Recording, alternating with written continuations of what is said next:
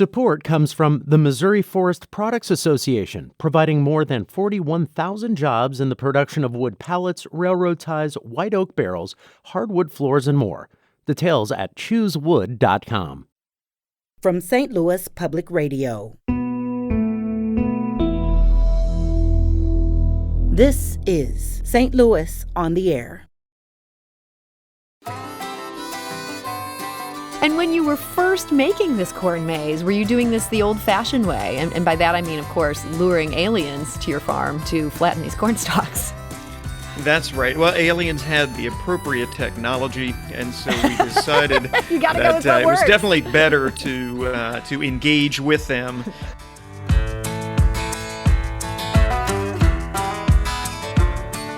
Maybe you've heard that if you go into a maze and you just imagine your right hand on the right wall, eventually you'll come out the exit. Mm-hmm. But with the bridge, that is no longer the case.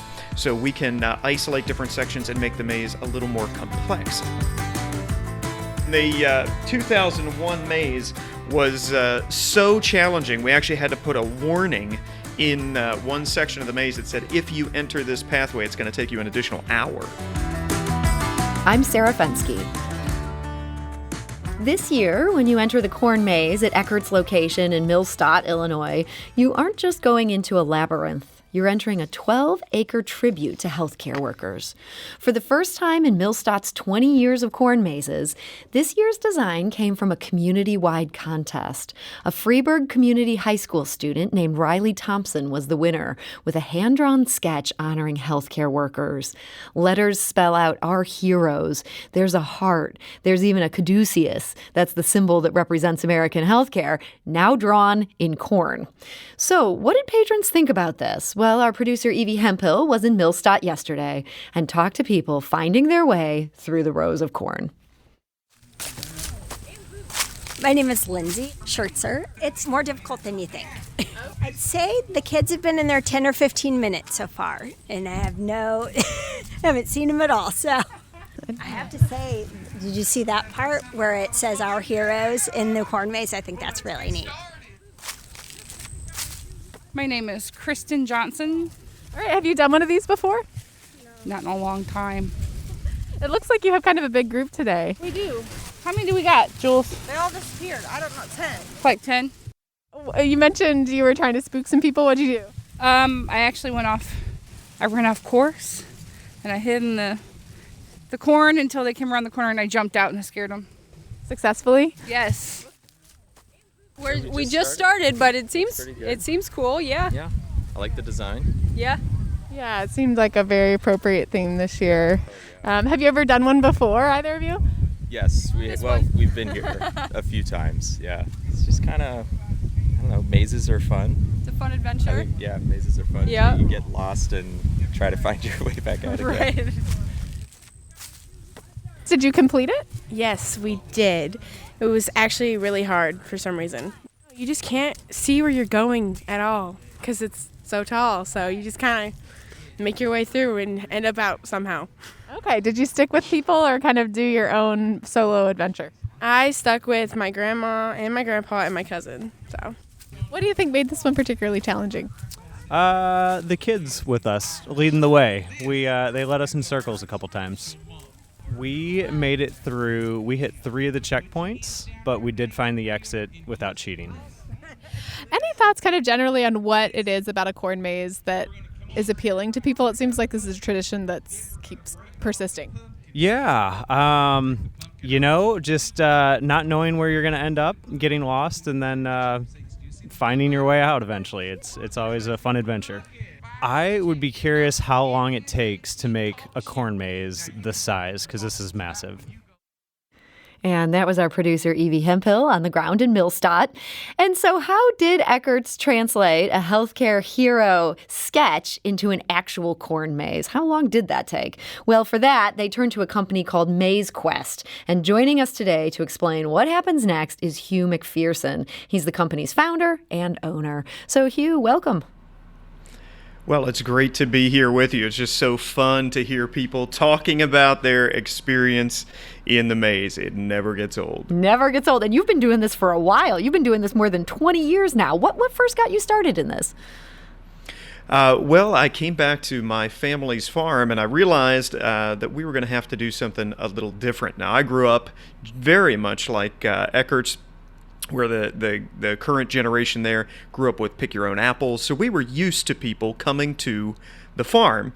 And when I actually saw a farm in Canada, Saunders Farm, that had tons of hedge mazes. And I thought, gosh, I'm too impatient for waiting for the hedges. We got to find something else. And that's where the corn maze had kind of just started. So we were probably maybe the third or fourth corn maze anywhere here in York County, Pennsylvania. And when you were first making this corn maze, were you doing this the old-fashioned way? And by that I mean, of course, luring aliens to your farm to flatten these corn stalks.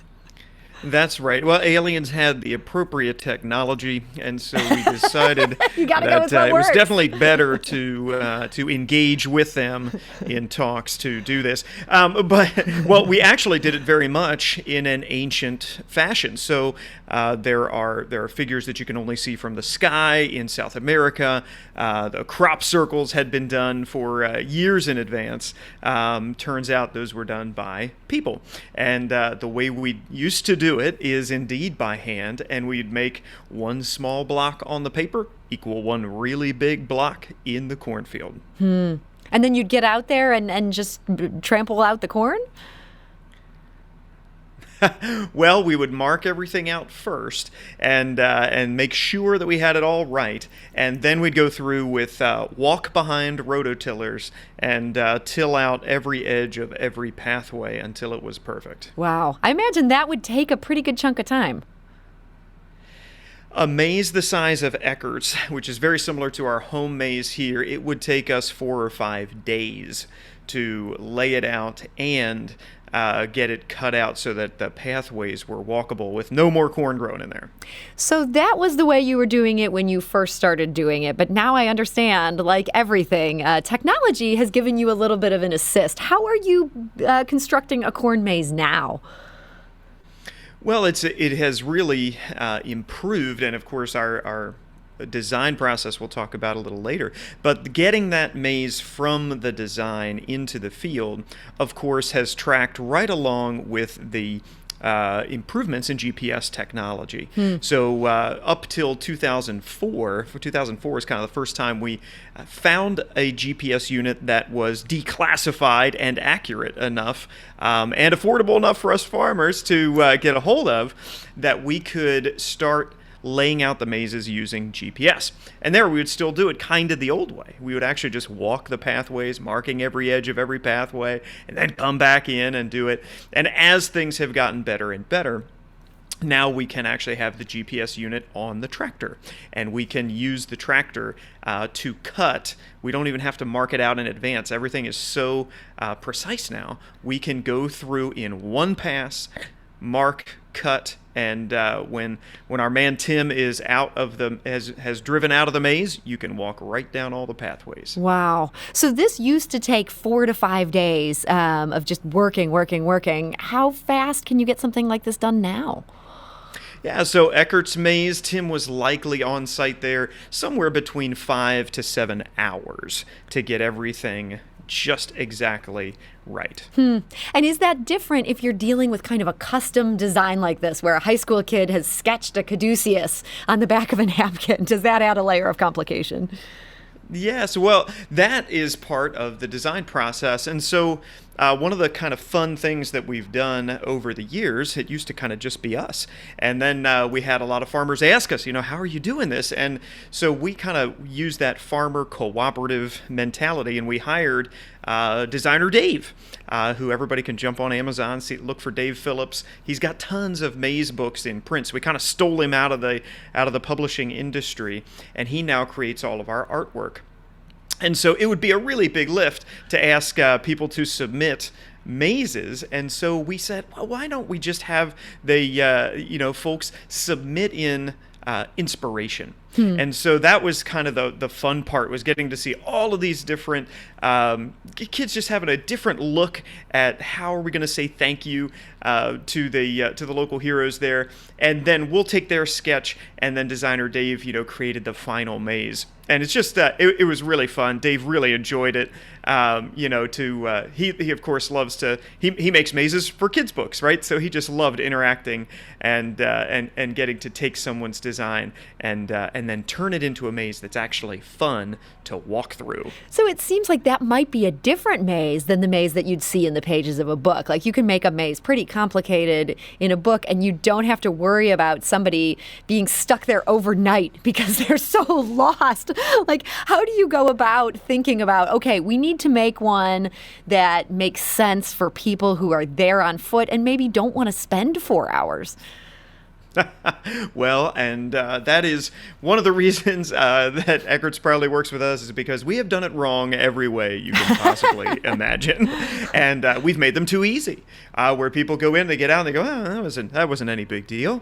And early in our years, back in 2001, we had just been listening to our guests say, we want it harder, and so we said, okay, here you go. And the 2001 maze was so challenging, we actually had to put a warning in one section of the maze that said, if you enter this pathway, it's going to take you an additional hour. Wow. And I'm not going to take that path. I mean, just me personally.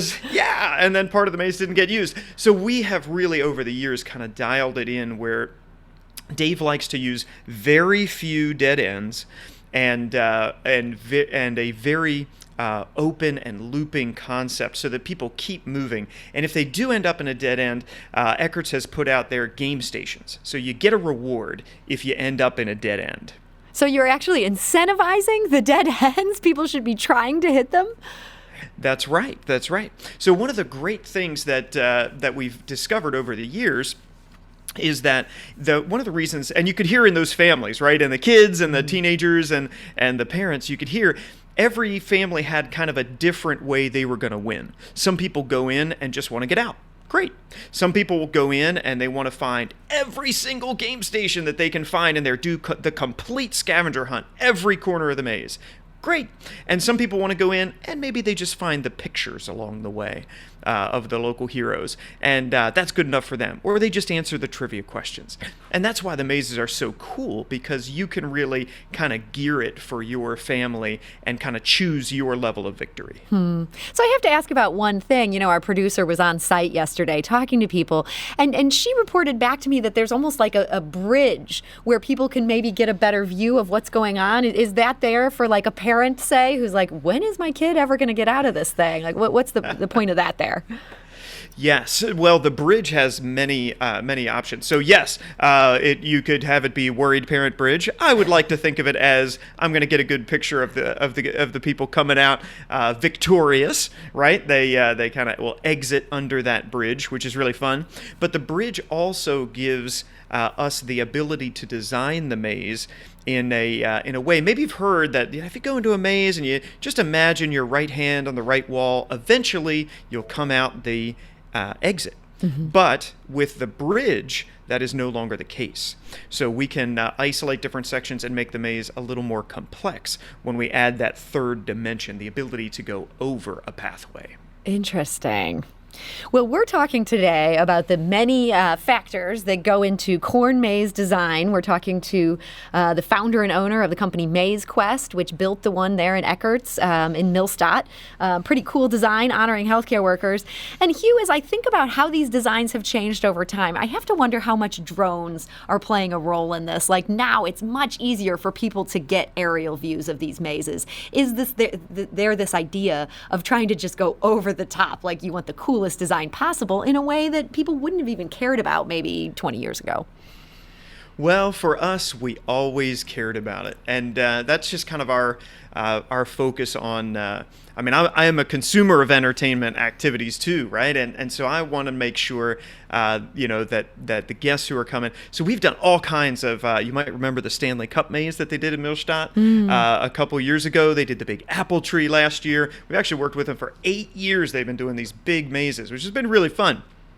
But every time, there's always a map out front, and you really want the guest to plug in, right? And so it has to look good. Now, I will tell you, I used to have to drive to the local airport, hire a guy, get in a plane, one of the rickety little one-engine planes, and go fly over, try to stick your camera out the window and, get a good picture of it. Much easier with drones. So it is way, way better with drones. And I just think we're all kind of used to getting that perspective now. And they really are. I think you get to appreciate them better now that we can get video, from the drone and be able to really interact with it at that level. And you can really get a better sense, I think, of the artwork. It's a lot easier now. Yeah, has maybe that just led to a greater appreciation of your work? I think so. And just as you can hear him, gosh, I couldn't see anything that I was doing, right? The one girl said, it's really hard. I can't see where I'm going. And to be able to get that kind of final view as you pan up and fly away and you can see where all the people are walking around in the little maze, I think that really just makes that final connection. Hey, I accomplished something. I got out of, their maze is basically the size of like 7-8 football fields. That's big, right? Everybody knows what a football field looks like. 7 football fields, and you got out of it? That's really cool. So this whole thing is pretty cool. I gotta say, you started with your family farm here, and you have made a pretty cool job for yourself here, getting to run Maize Quest and getting involved in this. I'm wondering, is this just a seasonal thing where you find yourself just so busy every fall, and then winter you're kind of like twiddling your thumbs? If only that were the case. Yes, there's always things to do on the farm. And for us, now we spend the winter designing the mazes. This year, we're going to start designing almost as soon as the maze closes in November. Designer Dave is back at it. We're getting ready for 2022. As you had mentioned before, mazes have become this integral part of the fall experience. They aren't going away, just like apple orchards aren't going away and pumpkin patches aren't going away, because you get that family victory. Where else can you go with somebody in a stroller, somebody almost too cool to hang out with the parents, right? That big age range, and everybody, when you're in something this big, you have got to work together. And I think that's the magic of mazes. Yeah, and it seems like you've almost found like a pandemic-proof business in that this is something people can do when they're distant from each other. They're doing it outside. This is like a pretty safe activity at this point that we're in time. Absolutely. And last year just proved how part of me wonders, were we drifting away from getting outside, outdoors? And boy, I can just tell you that the number of comments we received in 2020, and I'm sure they received at Eckert's too, we are so thankful that there is somewhere we can go and get out of the house, get off the screen, and just be together. And yeah, 7 football fields, you can have a lot of people in there and you won't see anybody. And it's easy to social distance when, I'm looking at the caduceus there, and, some of those sections where it's wrapping around the center pole, some of those pathways are 30 to 45 feet wide. Wow. Just the pathway. So you got plenty of space out there. And, I think that was just a wonderful role. Yes, we're out here feeding people, right? You can't get any more, important than that. But now I think that connection has come back after last year, where people understand, like, this is just a great, safe, no screens place to go. Well, that's a great advertisement right there. If you want to check out this labyrinth for yourself, Eckert's Farm in Millstadt is open Wednesday through Sunday this fall. The Corn Maze is open Friday through Sunday. You can reserve a ticketed time slot on those days, Friday, Saturday, and Sunday. Those begin at 9 a.m. Go to eckerts.com for more information about that. And Hugh McPherson, the founder and owner of Maize Quest, I want to thank you so much for joining us today. Well, I really appreciate it, and just remember, wherever you go, don't forget the apples.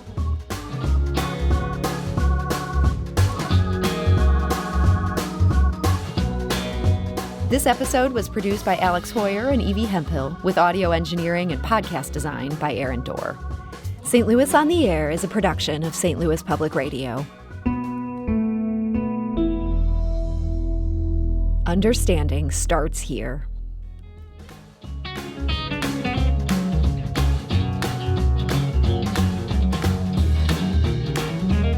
Do you find yourself regularly listening to episodes of St. Louis on the Air? Suggest us to a friend you think might enjoy our conversations. And leave us a review and rating on Apple Podcasts on the App Store. It's the simplest way to help people discover our show. Thanks. St. Louis Public Radio is a member-supported service of the University of Missouri, St. Louis.